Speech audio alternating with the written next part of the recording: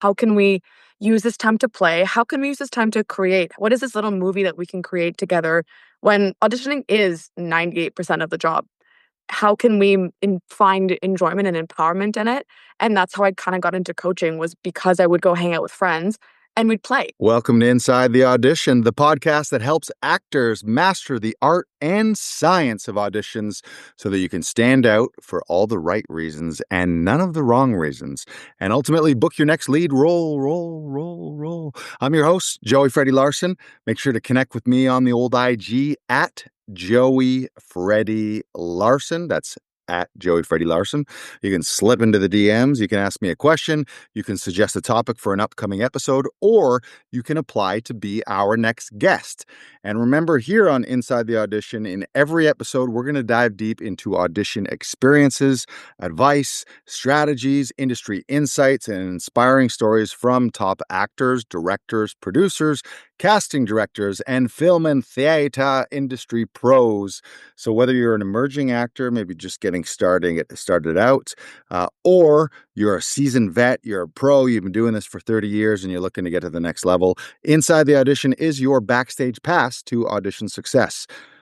Inside the Audition is sponsored, of course, by the Monologue of the Month Club. I'm going to say it again. We're sponsored by the Monologue of the Month Club, which is your ultimate resource for professional and emerging actors who want to attract agents, attract casting directors, attract more of their audience, and ultimately book your next lead role. Now, how does it work? What the heck is the Monologue of the Month Club? Every month, you're going to choose a new made-for-you monologue from a curated list of monologues that we deliver to your inbox every month. Then you'll have the opportunity to join weekly monologue jams, monthly workshops where you'll get professional coaching, personalized feedback, and you'll have an opportunity to collaborate with other international growth-minded actors in our community so that every month, by the end of the month, you've got at least one new polished monologue that then you can use to attract your audience. You can show it to your agent, show it to casting director, and ultimately use that brand new piece of powerful work to attract your next lead role. So the Monologue of the Month Club is your golden ticket to your next lead role. To start that journey, you can go to monologueclub.com. monologueclub.com. And if you don't know how to spell monologue, I think there's a few different versions, but this is the full one. I'm going to spell it M-O-N-O, that's mono, M-O-N-O-L-O-G-U-E club.com, monologueclub.com. As I'm saying this right now, is like, maybe I need a shorter website. Monologueclub.com, we'll link it up. You guys will figure it out. But getting to this episode, we've got another installment on our special Coaches Corner episodes.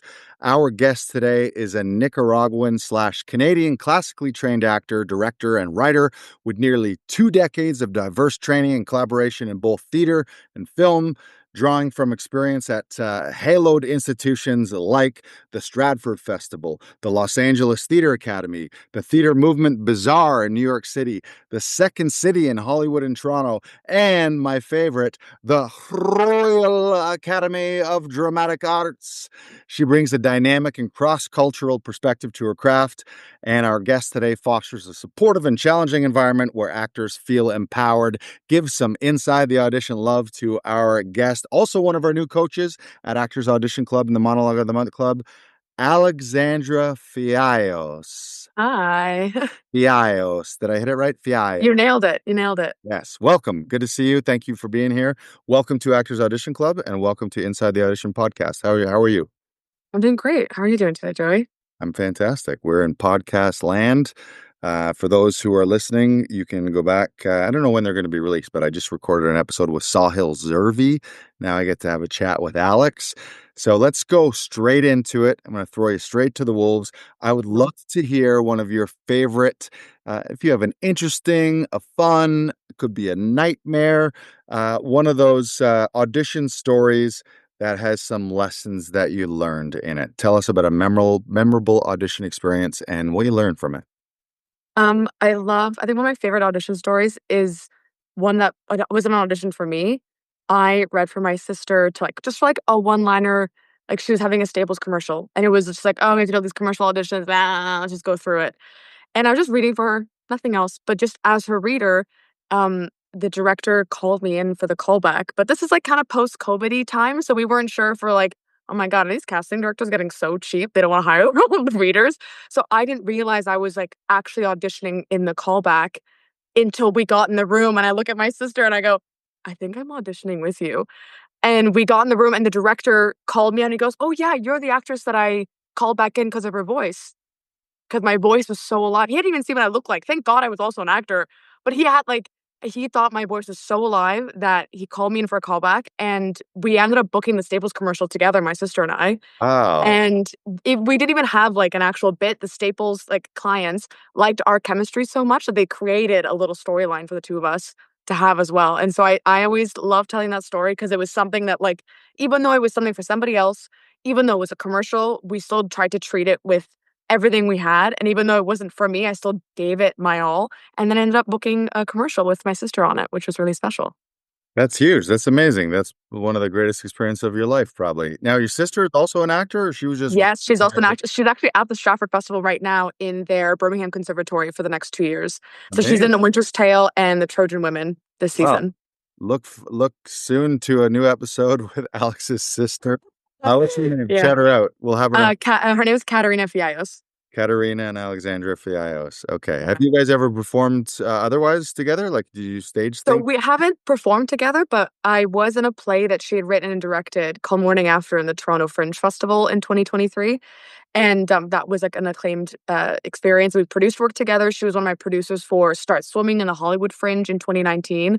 She was like a first year theater student and came all the way out to LA with me to help produce this Fringe show, which was amazing. So we've done a little bit of writing together, but we've never gotten to like actually act like on stage Right. together. So that's something that probably we'll do when we're a little older.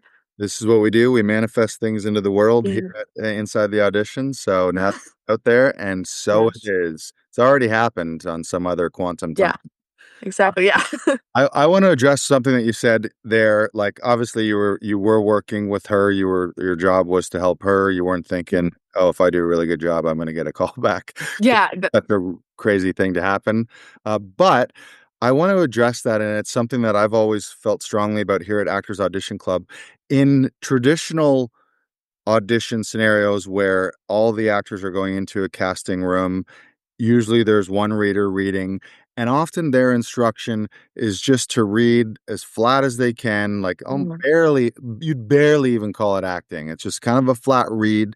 And I think part of the reason casting directors do that is so that everyone's just got an equal playing field, and the Mhm. only variable in every tape is the actor who's on camera.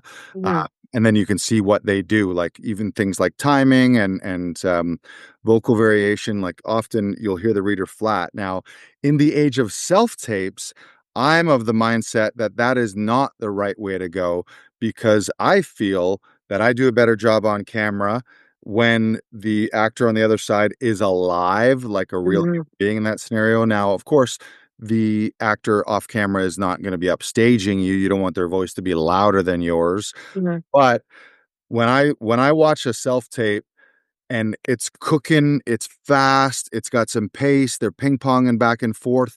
The person on the other side is actually saying their lines with feeling and intention rather than Mhm. a monotone read. That brings the whole thing to life. So I can't imagine how when you're watching that, it's subconscious. You watch something and you're like, oh, that was alive and back and Yeah. forth. And I was hearing two strong voices and human beings rather than an actor and then a monotone reader and then an actor and a monotone reader, and you're trying to imagine how this is going to sound when we put two actual actors together. So all that to say, um I think the key is to have a strong reader who's there with you acting, not just being a monotone person. How do you feel about that, Alex? I think acting is not meant to be a silo. Even like solo shows have a whole crew and the audience is your, support. It is your partner in a sense. I think coming from training where my teachers didn't like let us do the scene and then gave us notes. They had sometimes, obviously, especially when we were almost in performance mode. But I had like voice and movement coaches that would yell out corrections as we were going through it. And I also got that from my like dance training. If anybody's in dance, like I had like a decade and a half of dance training, and you don't get to stop and think about the correction. they're yelling at you, no, point your foot like faster, get it out, get it out, get it out. And you don't have time to overthink what they're saying to you. And so I know I do that with my coaching as well. And I think with having a reader that's as alive as you helps you not overthink it. You don't have time to go, oh, if I did this, you just are actually instinctively reacting and responding because every single scene, there's someone who's acting and reacting. And I think that's like, it's such a gift now because I've also been in the era of like you having to commute 5 hours from Ottawa to Toronto to do an audition in person. And yeah, you're there and you're like, I just lost 10 hours of my day to do an audition with someone who could not say the lines properly, but it's okay. I did my best, like having to almost overcompensate sometimes. And sometimes I know of actors who felt like they lost a job because they had to overcompensate because the reader couldn't support them, which was their job. But now we have this like we kind of lucked out in that sense where we do get to play with in a time where we're all like, boo, self-tapes, this sucks. The least we can do is go, okay, what are the positives? How can we use this time to play? How can we use this time to create? What is this little movie that we can create together when auditioning is 98% of the job? How can we find enjoyment and empowerment in it? And that's how I kind of got into coaching was because I would go hang out with friends and we'd play. We'd go, how insane can we make this tape? How much further, how much deeper can we go? We have nothing to do all day. Let's like really get into it. Let's do that with Shakespeare, do that with other monologues, do that with theater where the repetition is so present. So I think that the reader being able to just support is so important. And I know I do that with my coaching. If the few clients of yours that I've been able to work with so far know that when I coach, I get in it with you. I'm also an actor in the room with you. I'm also reminding you of the circumstances, the severity of the situation, the lightness of the situation, the play, or, like that, helping you build the world as best I can. And so I think that's all part of the reader is like the actor's got a lot of work to do now as tech, as director, as coach, as producer, as editor for these tapes now. If you as the reader can just like hold them, or just cradle them so they can give their everything, that I think is such a gift. And mic drop. That's the end of the episode. I think we nailed it on the first question. Uh, Yeah. really want to speak directly. This isn't to you. This is to listeners who may still be thinking, they don't care about the reader. The reader doesn't matter. Yes, they don't care in the fact that they're not casting the reader. They are casting you. However, if you're thinking that the reader doesn't matter, you're not really understanding performance dynamics. You're not understanding physics. You're not understanding subconscious first impressions. So imagine the difference. I don't care about the reader. I'm just going to use my grandma, my mom, my neighbor, my kid, someone who's can barely read the lines, can't put them together with any life and pace. And no real shade to them. It's just they're not trained to be a professional actor like you are. Mm. So if you think you're going to get an equal submission, now, yeah, the casting director should be looking at this from an eye of separation, but it's subconscious. If I'm watching something and it's Mm. cooking and they're playing ping pong and they're acting at the speed of life and the other person's not a monotone broken up where they're tripping on the lines and tripping on the words and the words don't have any of the intention that is actually could be in the scene, Mm. there is a difference there. So just if you're thinking that you're saving money by being like, I'm just going to use this random person, Mm. you might still book it, and you hope that the casting director has the imagination to be like, okay, let me picture this person with another trained actor instead of that terrible uncle that they used as their reader. But then you're leaving it up to the imagination versus Mhm. a tape where someone just sees it and is just like, oh my God, she's the girl. Like that was Mhm. her. That's it. Right. So thank you for sharing that. Now I want to I move. also think that I also think that with readers, if you like you said, don't care who your reader is, I feel like when you're doing an audition, you are also reflecting what you're like in a production. If you don't care about the crew, if you don't care who you hire, if you don't care, that is also present. Right. And I think that like that's such a big because when you're in like a 50 to 100, 200, 300 person crew as some of the sets that I've been on, every single person matters. Every single person's on their A game. Try to set yourself up for success. Because if you are going to go, if you want to be on those sets where everyone's on their A game, then also try to get those people on their A game in the room with you before you're on set.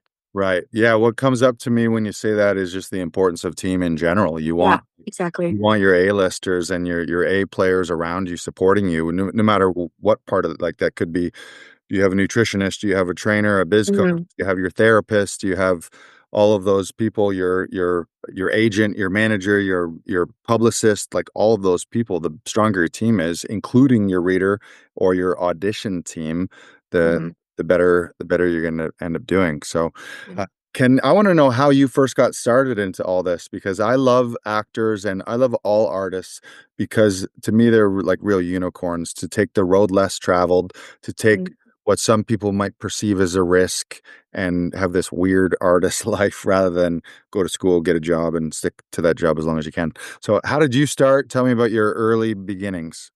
Yeah, so I grew up speaking French and Spanish at home. English was my third language. And one of the first memories I had was being like 4 years old and watching the Nutcracker at the National Arts Center when I was a kid. And I think there was something about I've always didn't realize this at 4 years old, but now as an adult I can clock this.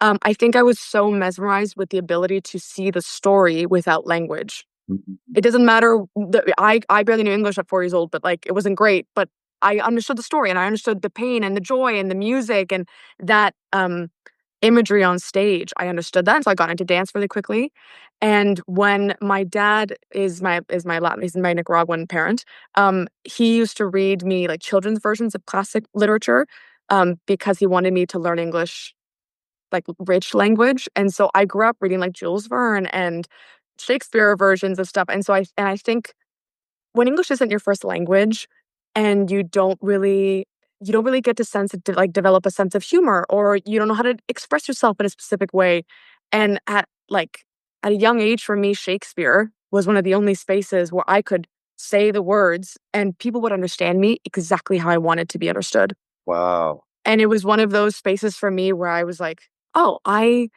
I can understand, like, I can finally be understood. I can say something and it lands in somebody else the way I want it. Whilst, like, I wasn't very funny in high school because I didn't know how to, like, land the jokes and do this, and my English only got to where it is now going to theater school, where I spent 3 years of my life dedicating to, like, the cadence of people speaking English of all eras and, as theater school is.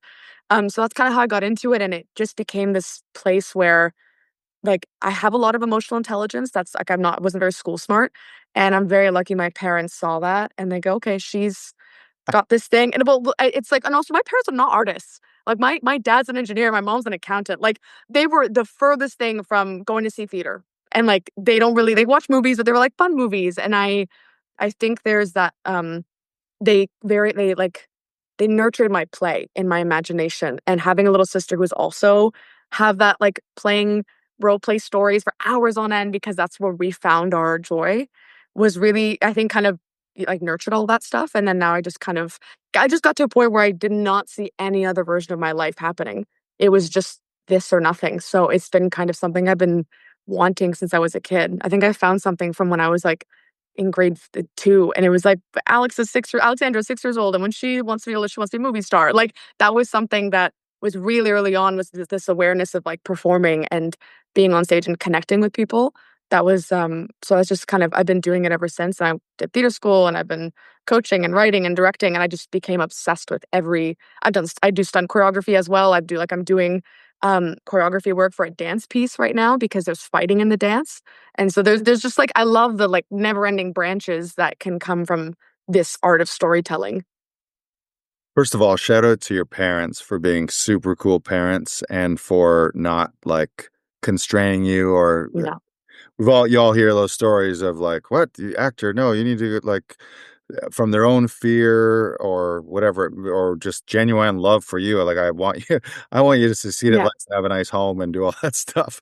Mhm. But for them to let you explore your own freedom and figure out what makes your own heart happy, that's huge. And there's a lot of parents who don't have that courage just to be like, let's let her fly, and if she Yeah. flops, we're here for her. So shout out to them. I love what you said about Shakespeare too, how that and that's the beauty of Shakespeare is even though it's heightened language, there is a universalness to it where once you figure out the story, it's like these are hundreds of years old, but it's human. So you hear those words and you feel things, and people are like it is a language that you can communicate with. Do you have any favorite Shakespeare you want to drop? Want to drop a little? Oh, um, It was Shakespeare's I've birthday been. yesterday, was it? I think I saw a post. It was on the 23rd. Shout out to my homie Shakespeare. It was his birthday. Well, Shout out technically to his Philly baptismal day Shakes. because back then they didn't like track birthdays, so they tracked when they were baptized. But fun fact, I got my one and only tattoo on his birthday 2 years ago because I wanted to get my tattoo Shakespeare's birthday. Is it a It's a Shakespeare tattoo? it's got pieces of it. Romeo and Juliet was the first Shakespearean play that I read.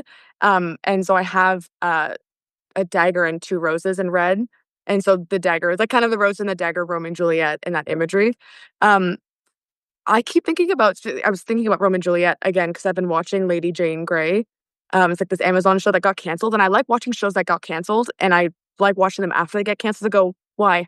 Why did this get canceled? I want to understand that a bit more. Even and if it's good, why did it get canceled? If it's so good, and the romance, I keep thinking about when Romeo and Juliet meet for the first time in the masquerade, and they're talking. And if you see the text on paper, because Shakespeare's got iambic pentameter, it's dee-dum, dee-dum, dee-dum. They have every line is 10 syllables. But with Romeo and Juliet, when they meet each other for the first time, Shakespeare's way of telling us, because there's no stage directions, because obviously they didn't have printing press back then. Shakespeare's way of telling us that these two people were soulmates was that they finished each other's phrasing, if you will. Not that they finished each other's sentences, but Juliet would have 5 syllables or 8 syllables, and then Romeo would give two. And so they would each finish the 10 syllables to make each other Right. whole. And Ooh. I always like, I keep thinking about that. Just that's genius. And it's that idea of that imagery that they have at first with the concept of like wanting to kiss each other and religion. And if they're religious, like they worship each other and that give me my sin again. Like that always, that kind of keeps, I think about that, that like interaction like once a day, maybe. Yeah, it's the highest love stake is the highest stake love story of all time, and so many times it's been retold not under the name Romeo and Juliet, just you shit, and you're like, oh, this is Romeo and Juliet. Yeah. Especially the like the rival family aspect of it, you know. Yeah, there's that concept of status and that idea of like I think now, especially with us as a like society, like not having money, and we're like all of us are like we have no money, and I see people like wanting to get married because they're this person has an apartment, so I'll have an apartment if we get together, and it's we're almost going back to this like Regency era, like getting together for what people have and status and looks with social media and stuff like that. So I find that all comes around. Yeah, So I just got back from a vacation to Dubai, and let me tell you, I was yeah. looking for princesses everywhere. I was Yeah. like, "Where's, where's my ticket?" Yeah, Yeah. I'll just be the son-in-law of a wealthy sheik over. Yeah. Um, what was your very first role? Oh, I mean, other than playing the color blue when I was in grade 2 in a rainbow play, Solid, I good color. Yeah, so I think that's like this first memory I have. I is think blue sad? Is it a sad color in that? no, I think it Yeah, wasn't. I think it was the color of peace. gotcha. I think so. 'Cause um, but I think the first role I ever did was I played Harry the horse in Guys and Dolls in grade 7. That was it, and I Oh, remember I never ever did not sing, hence why I got that role of that musical. And I remember seeing the cast list, and I didn't know the musical at all. I think I just auditioned to, like, be in a show because I was just so hungry to be in an actual production, and I remember looking at my drama teacher going, "Am I a horse?" Like, I fully thought that I was gonna have a horse mask and have to be a horse. I have now learned that Harry the Horse is just a gangster nickname, but that was, I think, my very first, like, theater role, if you you're will, in high school. practicing your Yeah, I was kind of like, "Is this clown?" Like, I was like the world of musicals was so and is still so foreign to me because 'cause I'm so, like, classical theater and physical theater based and film and television, so sometimes people say things from musicals, and I go, "I don't know what you mean. I have no idea what's going on." So that's, yeah, I think Harry the Horse is my first official Cool. Love it. That's a great one. It's one of my favorite questions and always yields great answers. You remember a line? from Harry the Horse? Yeah. No. No. Maybe, like, "The crap shooters are here." I don't know, I can't remember. I do remember when the Stratford Festival did it a couple years ago, I was pumped to see it. I was like, "Where's my boy Harry?" I was like, "Let's go." Nice. I it was, yeah, I think my first role, like, that I felt really, excited to play was, I have this history in my acting career for some reason where I get cast really quickly in main roles because like under not even understudy situations, someone goes, "Oh, we need someone to fill in really quickly." And the first time that happened was when I played Desdemona in Othello, Wow. in grade 11 and like in high school, and it was We're the gonna start original you off Desdemona. slow. We'll just ease you in there with a little. Yeah, I was like, I think at that in that show, I wasn't even like actually in the play acting. I was just a fight. Like I was working on the fight choreography end of it, so I wasn't really involved. And I remember my drama teacher coming in going, "Hey, so and so can't play Desdemona for for the rest of the run. You have like a week and a half to get it." And I was like, "Okay." So that was I think the first time where I was like, "Oh, I'm an actor now. Like I have a role and I have like to Yeah, hold stakes and have a relationship on stage." And that's a very memorable um production for me. It was like a steampunk themed Othello. cool. It was really, really fun. Have you ever reprised Desdemona, or was that the one and only? That's been the one and only so far. The only roles that I've reprised more than once are the First Witch from the Scottish play, or from Macbeth, we're not in theater, we can say it. I am. Oh Yeah. no. Yeah. I mean, does the Yeah, I played studio the count? First Witch. Studio doesn't count. This No, I don't think is so. an audition No, no. studio, not a theater. Macbeth Yeah, ghosts. yeah. It's a real thing. It's very real. Well, we did when we did the Scottish play in high school, we were saying it obviously all the time, and we were like, "Oh, blah, blah, blah, Macbeth, Macbeth," and we're like, "Oh, what a silly superstition! Nothing went wrong." The next show we did was Grease, and everything that went wrong could have gone wrong. The big Grease sign fell on the car. People were losing their voices, like just like people were breaking, like twisting ankles on stage, like everything. We're like, "Oh, now it's caught up to us." Like this Love a it. very real thing. Speaking of Grease, my first role ever was grade 8 Grease, and I got lucky to be cast my first thing ever as Kaniki. And I got Ooh, to do I was the lead singer. Obviously it's an ensemble thing, but I was the lead singer with the go Grease lightning, you're burning up the quarter mile. Grease lightning, oh Grease lightning. Yeah, it so was good. amazing. We had the sunglasses, we were all Yeah. jean jackets, we're all looking cool. Like there's But no it's just like grade 8 is so tiny and cute and precious. You know right. what I mean? Like it's Yeah, just yeah. so We're acting funny. like we're these fully fleshed human beings, and I don't even know. I'm trying to think now. Were we like fake smoking, or was this like this was We maybe had the fake past that? smoking. Yeah, yeah. Yeah. And one of the things I think this is a core memory. I might still be fucked up by it a little bit, so maybe I need to go therapy about it. But in one of the nights, I think we did 3 shows. I think the first 2 went awesome, and then in the third night, I just got distracted and kind of went up on the lines of that song, and that's Yeah. my big moment.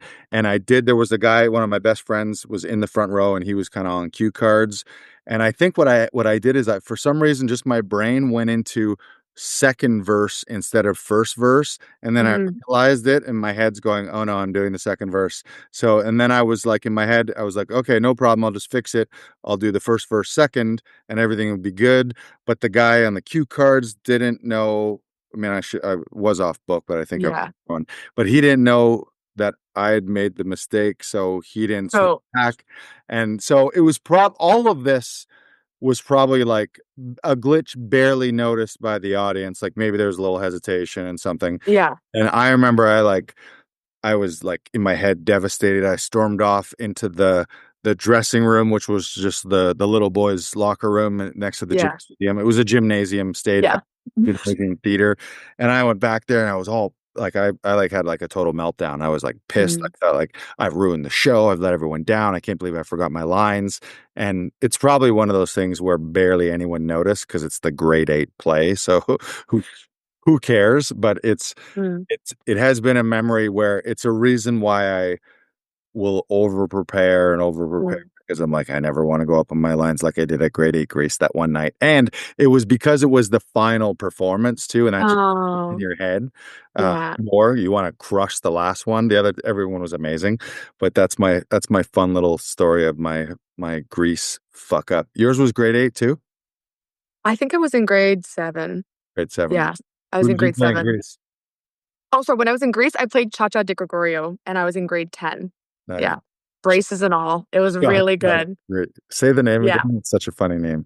Cha-Cha de Gregorio, I think is how Big they said it. Yeah, yeah, great. So I want to shift to talking about auditions a little bit. Yeah. Tell me, Alex gets an audition, the email comes in from your agent. What is Yeah. your standard operating procedure when you hit that audition checklist from the time you get it to the time you press submit on Actors Access? Tell me. Ooh, okay. I'll see the scripts first. Before I even read the breakdown, to be honest, I immediately go to the scripts. Mhm. I wanna see what I get before they tell me anything. Because if I'm reading it, I kinda wanna glean things off of it before I kinda have this predisposed idea. So I'll read the script a couple times over, probably read it out loud to get it in my body if I can, and then I'll go back and look at what she's coming from, what the backstory is. If I have access to the full script, I will read that as well. I will always read the full script if I can. And then I print it out. I print out every single one of my scripts, or if I'm on like vacation or I can't do it, I have my iPad with like where I write everything down. And I go through a couple things. I go through like the English steps, if you will. Like I treat it like a Shakespeare scene, to be honest. Yep. I go through punctuation, adjectives, verbs, monosyllabic lines, all those things that I go through just so that, like you say, like, what and people always ask me how I learned to memorize things really quickly, and I think it's that. It's just having a relationship with the words you're saying before you even saying them. Right. So just having a textual, technical relationship with them so that you I'll tell you can what, sorry, go ahead. yeah, just that you can if you do because you know the technique so well, you can let it go and really get into the emotions of it and the circumstances of it. And I'll do that and then start building the world and then the emotional journey. And it depends on how long the script is and what's going on. And then just having, but that's always my go to immediately. Like I treat it like a Shakespeare scene every single time. I love that. That's one of the values of working on Shakespeare. I found I did the Shakespeare thing in high school and kind of like I didn't connect to it. It was just I don't know where we learn about these old books and all these old plays. And I was busy doing other stuff, sports and girls and all this kind of stuff. It just was not my focus in grade 10. Yeah. Um, but later in life and going through a conservatory program, I really fell in love with it or fell in love with it for the first time, just from our teachers. And it was that meticulousness of going word by word, phrase by phrase, thought by Mhm. thought, and being explained the method behind the madness too, like monosyllabic, and the iambic pentameter and Mhm. difference between if there was 9 syllables or 10 or 11 and those little things, or when there was a Yeah. switch from iambic to prose and why, like opposites and simile and metaphor and all these things. Yes.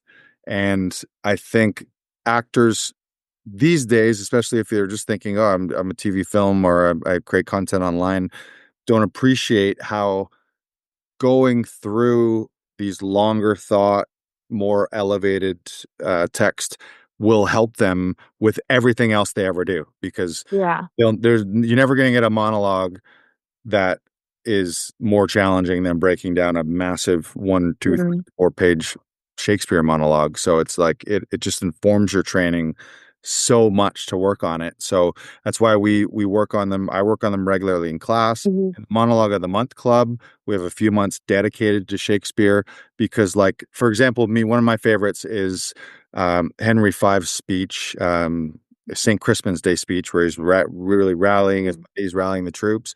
And Once for more me, into the breach, dear friends. Once more. yeah, that's earlier during the battle. This is Oh yeah. late. This is that this, but that yeah, that's one of them.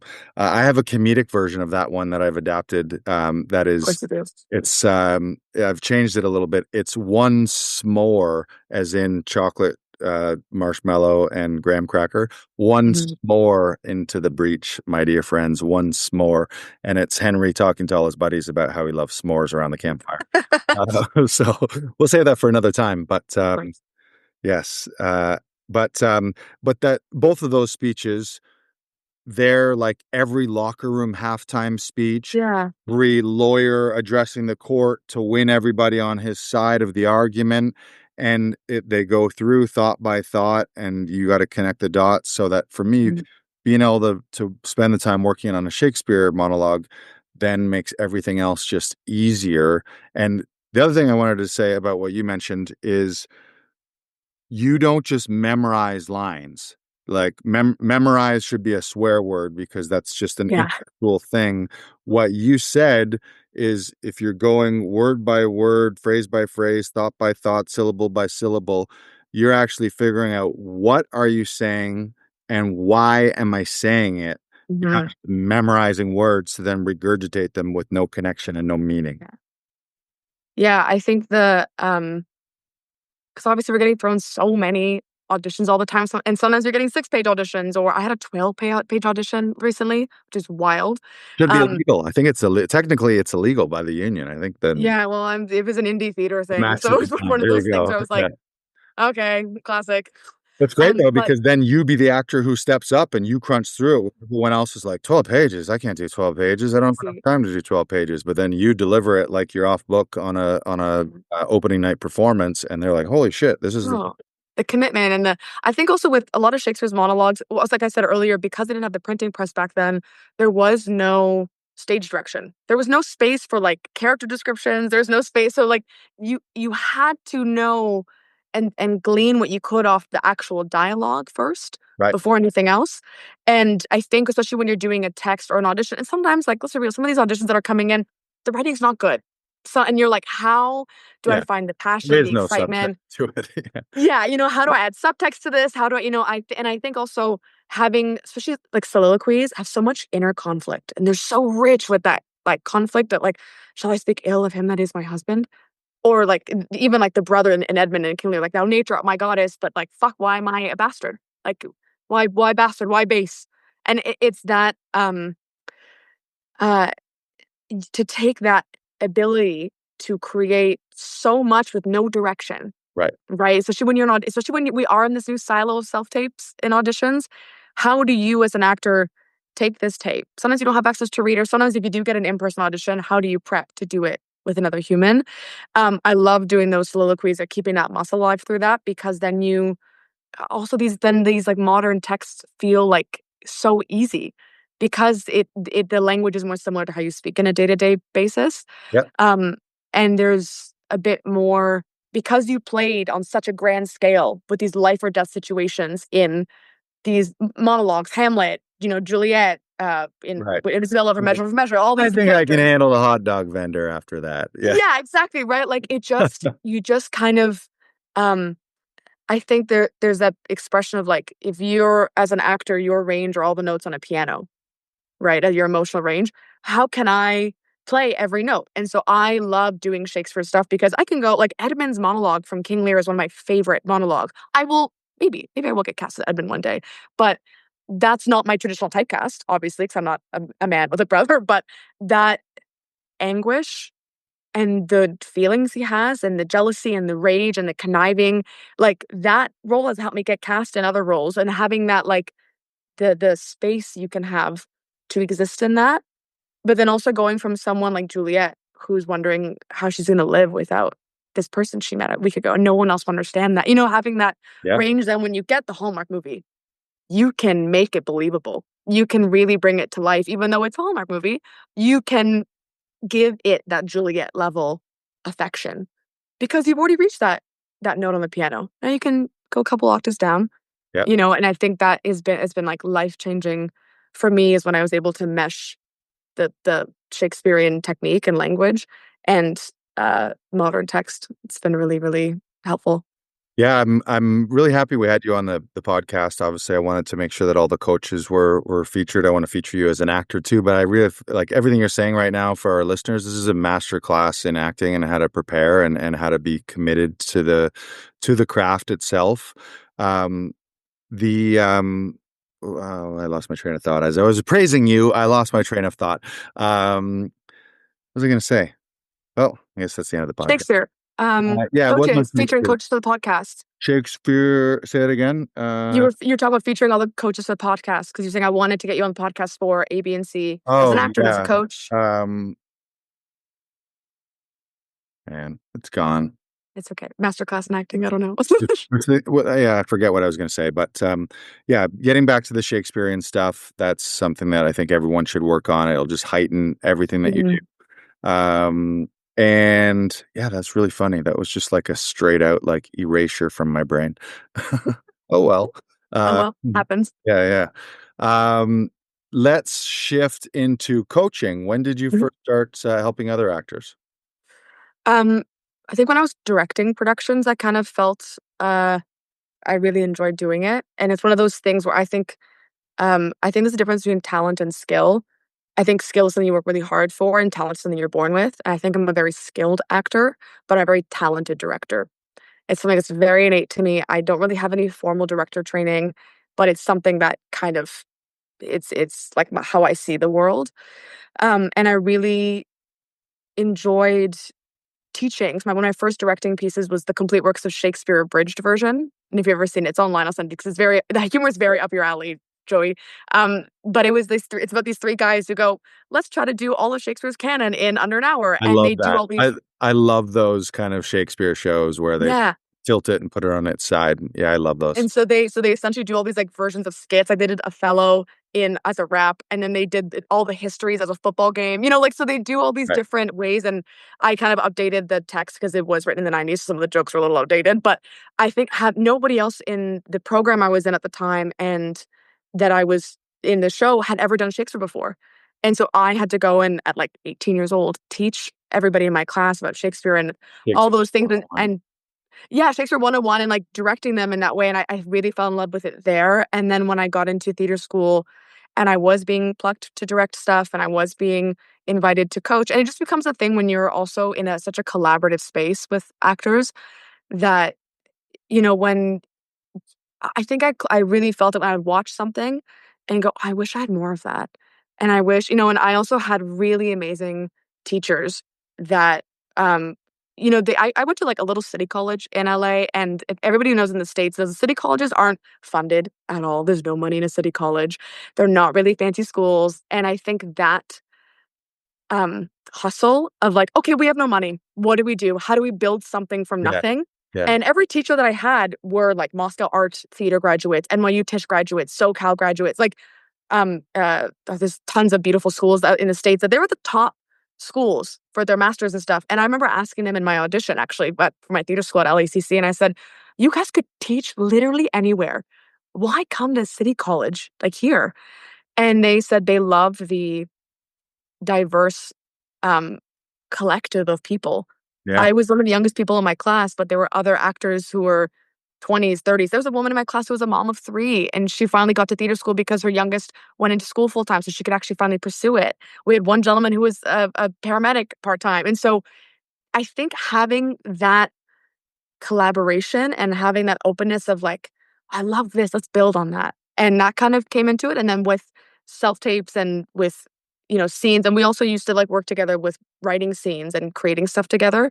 So I think just, like, the building and then when the pandemic hit and you're like, "Ooh, this sucks," for every facet of it, that I really liked the idea of, "Okay, the phone's not gonna ring, and I'm not gonna wait for the phone to ring, so I'm gonna learn how to build a phone, and I'm gonna build my own phone." And coaching just became a thing at first as, like, a way to connect with my friends and, like, spend time with them. I think your friends are just as important as your agent and your support system because this job is so inconsistent and unstable, your community has to be solid.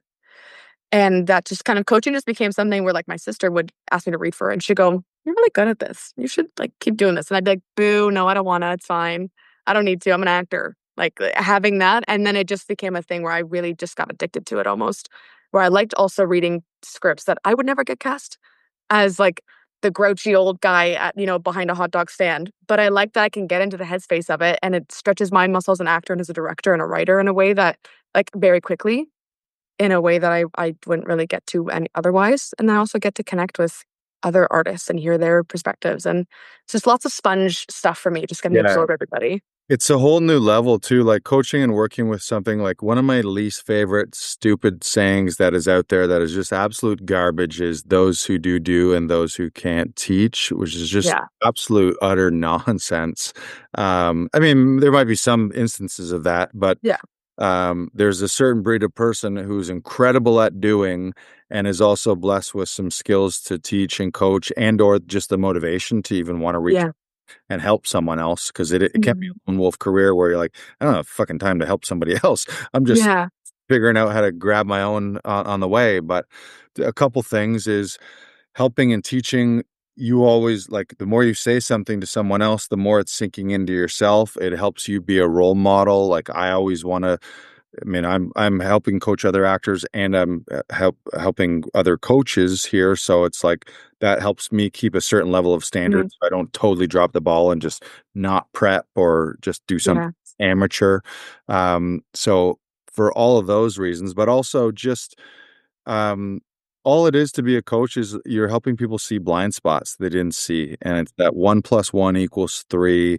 It's a shift perspective, letting them see. Like sometimes we don't even know what we're even doing because we don't get to. We get less ability to see what others are doing now than ever before because Yeah. we're often all at home. We're not together in as many rooms as we used to be. So, Sawhill was talking about he was in a casting room just to kind of hang out and get to see the whole casting process from that side, and how valuable that is because then you see 50 actors come in and you see Mhm. the good, the bad, and the ugly, the lack of prep, the full prep, the stupid Yeah. foot in the mouth moments that people shoot themselves in the foot in a live audition and all those things.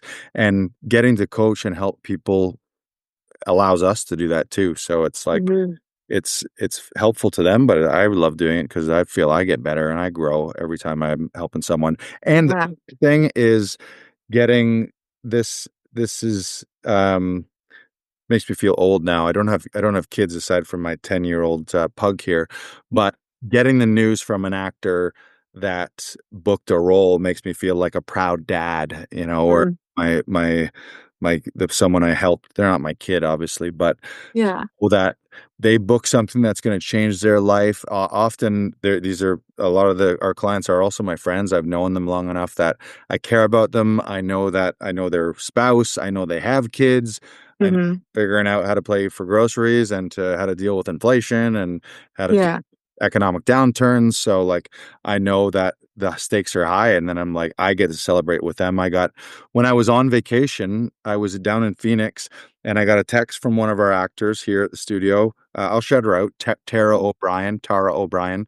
Has been coming here. She's an OG member, and she booked a lead role in an upcoming feature film.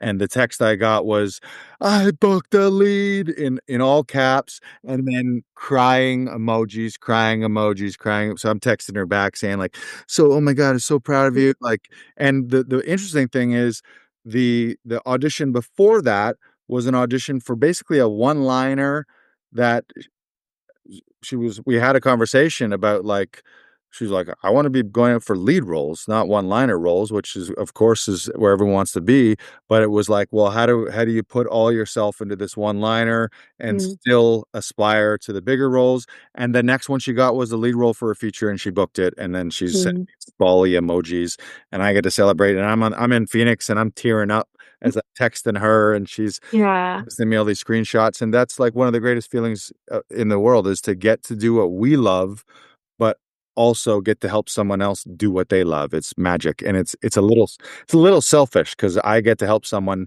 and then I Yeah. feel good too. So I like, It's just I feel like this, industry can be so ruthless, and it can be so, like, you're trying and trying and trying, and especially with everything that's happened, like, I graduated theater school into a pandemic. I graduated it right. into the Welcome to strike. the I world. graduated it Yeah. into moving to a new country, like, Yeah.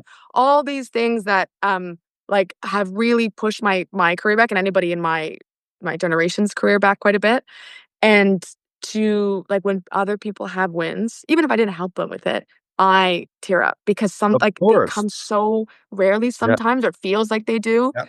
that you're like, "I can't help but just, like, lose it every time," and I think that's something that, this is such a community-based thing. Theater used to be storytelling around a fire, telling, Right. learning, and educating, and, like, theater specifically are just, like, used to be a place of education. You didn't have to have a lot of money to see theater. You could, like, there's the penny loafers and you could go see it at any point.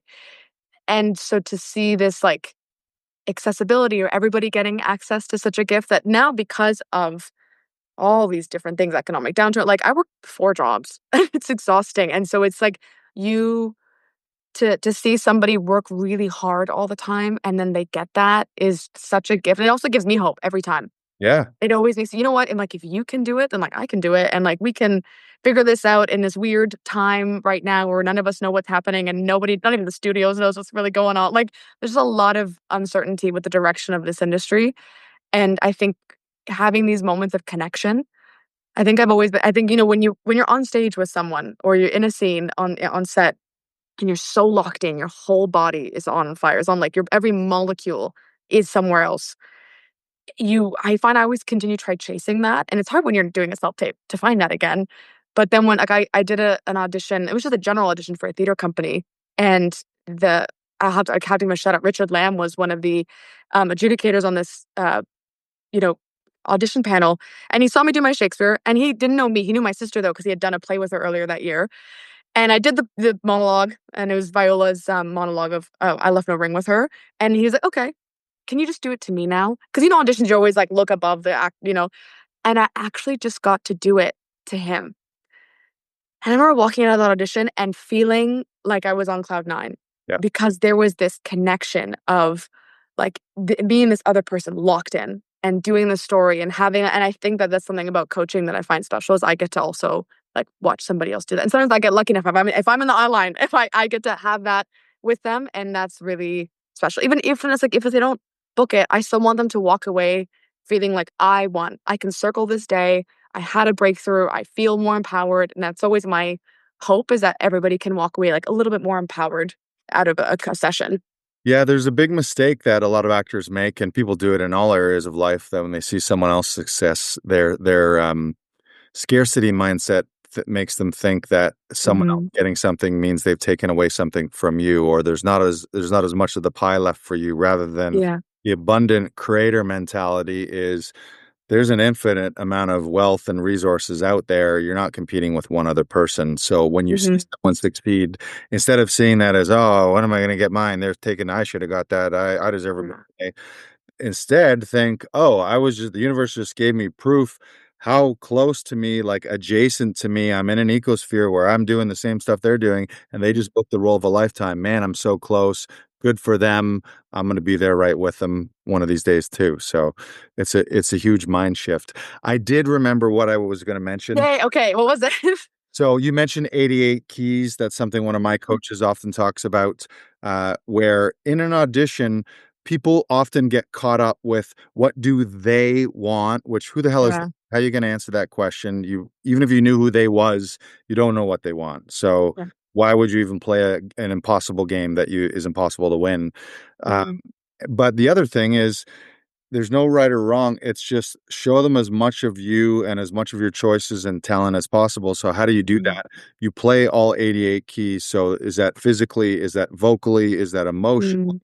Hmm. Is that camera dynamics? Like pack as much into it and really see auditions not just as I hope I'm doing it the right way they want it for this Hmm. role right now, but here's a short film or a mini movie or my art presentation of Yeah. me and everything I bring to the table as a human being, as an artist, rather than is this right and is this wrong? Mhm. So, and it's just so important. And even if you're like I'll weave in stuff where it's just to showcase that, like it's Yeah. as of course I want to just say I'm not doing it randomly, like it's got to fit the story. It's got to fit the script. It's to make sense for what's going on. I'm not just going to be like, I want a yellow line here, and then I want to talk soft and cry here. Like that. Yeah. I'm not going to do it randomly, but how can you show casting and really show the world as much of you as possible uh, Hmm. as an artist? I think that's what we do. Well, I think there's something about my good friend Liam Lynch, who you should have on this podcast. He's very smart and very funny. But we were talking about the frustrations with what scripts are getting greenlit right now. We watch a movie because we love seeing movies together, and we'd watch away going, that got millions and millions in funding. Right. We were like, what? And he made a really good point to me that has forever shifted it for me is that right now, I think studios, the way they're producing films, they're trying to force us to care about characters. But I think where television is doing really well is because they have the elongated time frame of TV episodes, they give us the opportunity to just let us be curious about characters. And that I think is where you can nail it. Is if a casting director's just become more curious about me as an actor, or like not that I would necessarily do what they want, but they're like, I'm curious as to what else she can do. Call me, do the callback. What like that? Even if I don't get it for that role, they'll call me back for something else. because there's a curiosity. As long as I've made them more curious about what I can offer, I'm a happy camper because I think this like you said, this like right way of doing it. This like I hate nothing more than walking out of a theater, whether movie or an actual theater, and going, "Oh my God, they were just telling me how to think. Right. They were telling me what I thought they thought I wanted to hear." And I have no interest in that. I love walking out of something and having more questions than answers and letting it sit with me for days. And I think I try to do the same thing with my auditions. Like, how can I not give them what I think they want, but how can I just give them something, just like a peek into what I want to be able to offer them if I'm given the Yeah. chance. And I think leading with curiosity has been life-changing for me as an artist. It should really be like this is my big bold take on cast me in this, and this is what I would love to do with this role rather. Yeah. Is this how you want me to do it? You want me to pick it up with my left hand? When do I shrug and raise my eyebrows? Um, yeah, just the idea of like treating your auditions like you've already been cast and this is your opportunity to show them what you would do. And then as long as you've prepped and put everything into it, then you can wash your hands of it and you're not so Mhm. attached that you're devastated and that you've been rejected. It's like, Mhm. hey, that was my best. That's what I would do with it. And if they don't want that, that makes sense that they would cast someone else Yeah. because I don't want to do it not that way, you know? I think there's like having something to offer to inspire the director, Right. inspire the production team, the design team, the costuming team. Like, Yeah. just I think creating Collaborator. offerings. Yep. Yeah, instead of being like, look at me, this is why I'm the best for the part. Just going, this is what I'm going to offer you. Yeah. Could take it if you like. And especially as someone who's been in the director's chair now a couple times, it's sometimes not like somebody's not a great actor. It's just that there's another actor that sparks something in me Right. as a director. They're going, oh my God, I want to do this now with this. And sometimes that's all it is just like it's the ideas and it's the inspiration and the muse element of it that is really fascinating. And often it's someone who found some story beat that someone else didn't. Yeah. Or they maybe did something the opposite of how it was played on paper or how it was written, and you do the opposite, stands out, but it actually works. And they're like, huh, wasn't seeing this character as that, but that was interesting. And next thing you know, Hmm. callback room.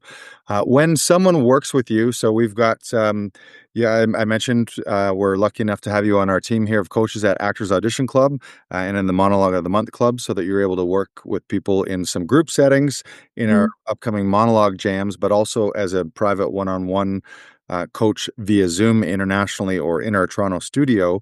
When an actor books with you, just what's your approach, or how do you go about unlocking the best in an actor, so that Hmm. listening actors who are listening who might be booking with you, what can they expect in a session with Alex? Yeah. I I'm very big on like checking in with each other. I want to hear how you're doing, what you're walking in with. Because then I can best lead you and support you depending on what you're coming in with. Um, I also very quickly will go, okay, excites you about this scene?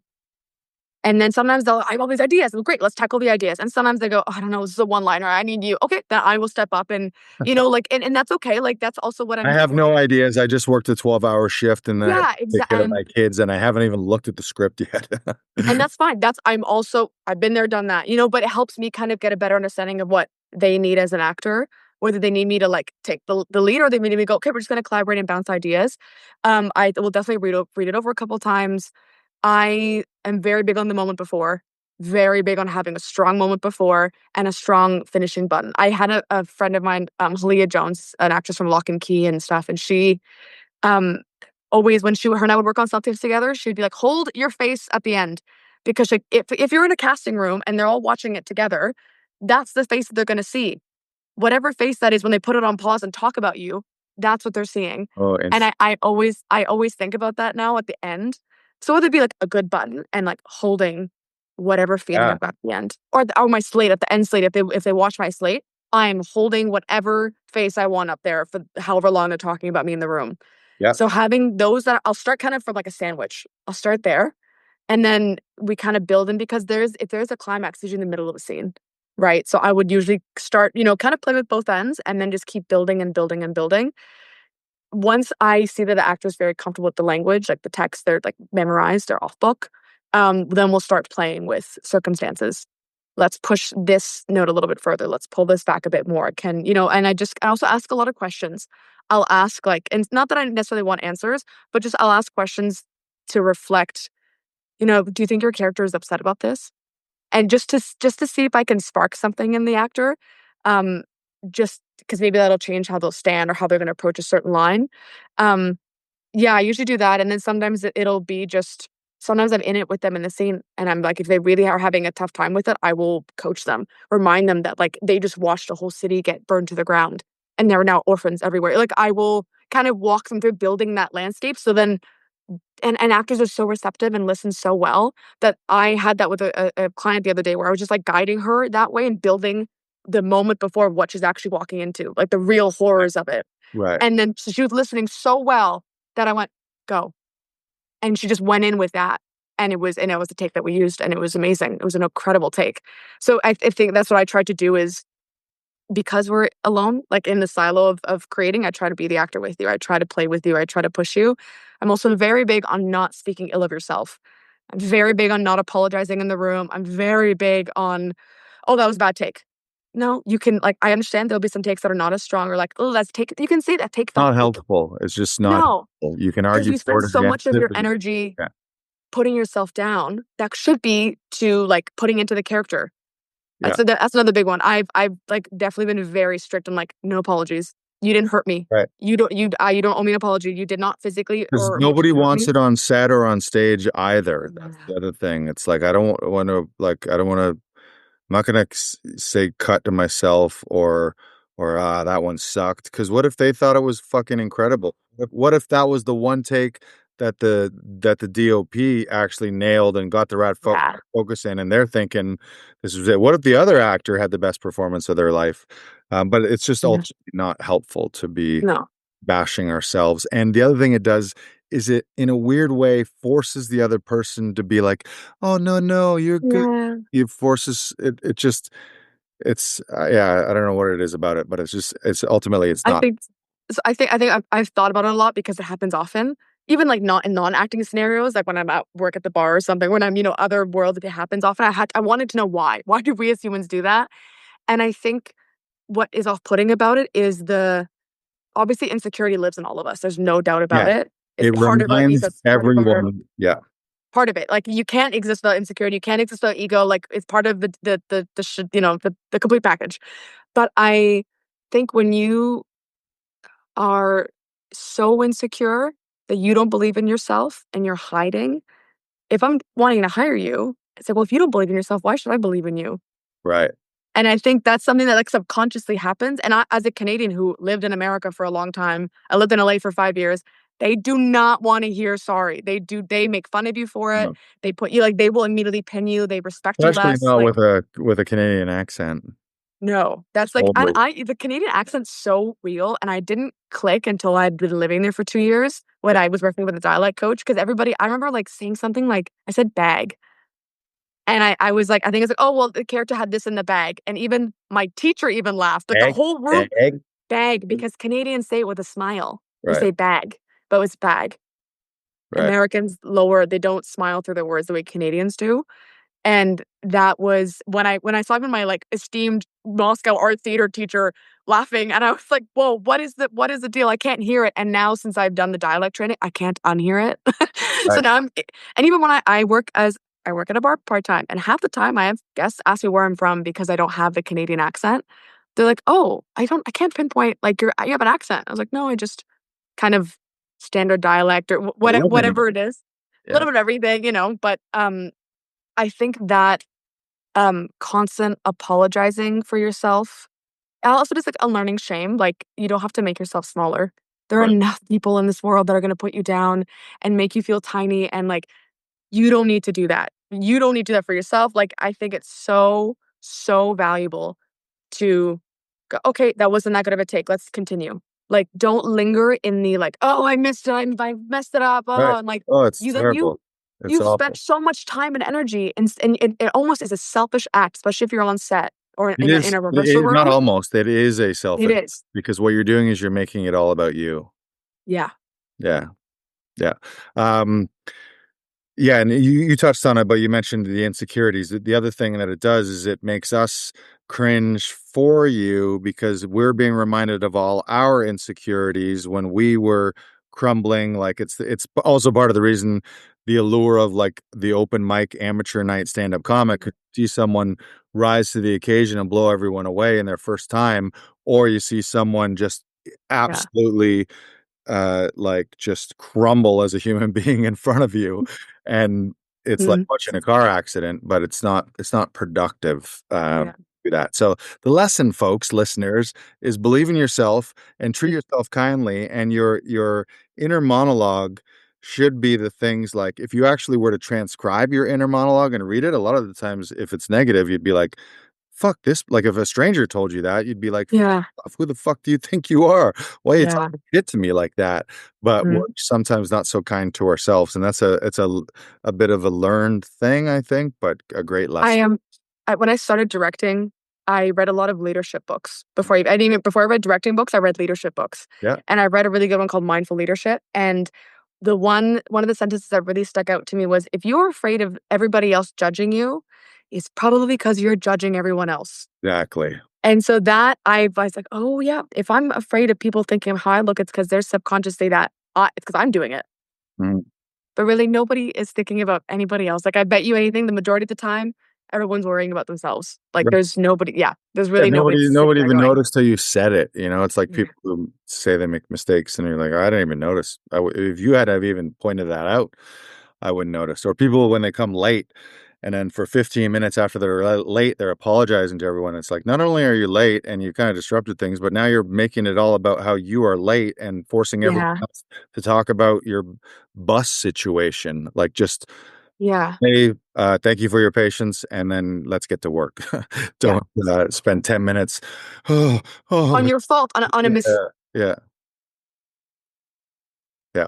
Right. That was great. So, I want to ask any other final questions, anything else you want to share to actors out there? What are you looking forward to in your own career?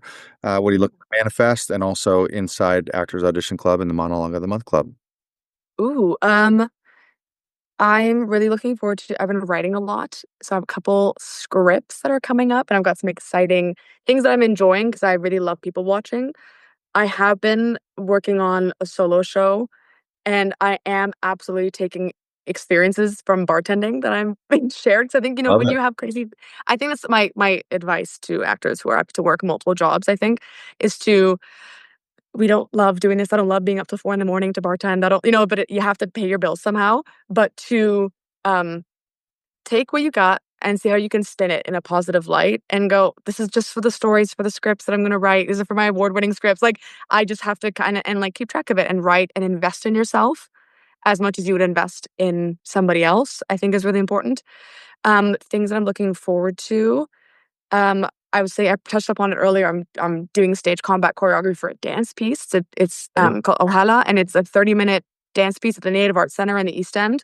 And it's beautiful. It's all Latin artists, and it's this incredible uh, 30-minute piece of these like six dancers that are dancing nonstop, by the way. Like that is some stamina to Right. have that and about relationships and inner conflict and exterior conflict. And I'm very excited to kind of just be a little bit a part of that and adding some of the stage combat safety in dance and stuff. But otherwise I'm just excited to kind of get my own ideas off the ground. I've got some stuff in the works right now that I'm excited to be able to go. It's been in my brain for so long and now I get to Yeah. have it outside of my noggin for a bit. So that's sort of Yeah, what I'm looking forward to. ideas and brains and hard drives are no good. You got to put No, exactly, them. exactly. Yeah. Well, that's the saddest thing ever to have. Oh, I had this great idea, or I did this thing, but I haven't released it yet. It's in my hard drive. It's like Yeah.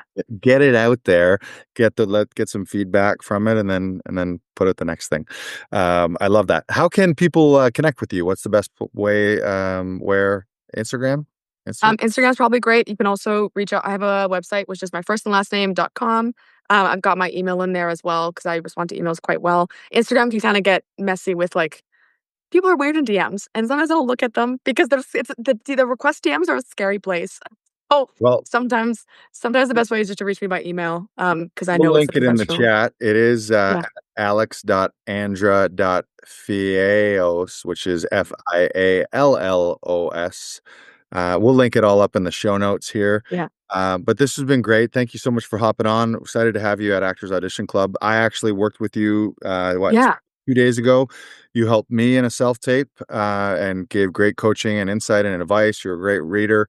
And you snipped it together and you edited it together for me, and got great feedback from my agent. Still waiting to hear from production, but yeah, a great experience. And I think anyone who just listened to you talk about your love for acting and love for coaching and love for the industry, surely is excited to have the opportunity to work with you more. So I'm sure they will. We're going to bring this podcast ship back into harbor. We're going to yeah, wrap it up. We want to thank Alex for being here today, for joining us, sharing their unique audition journey with us.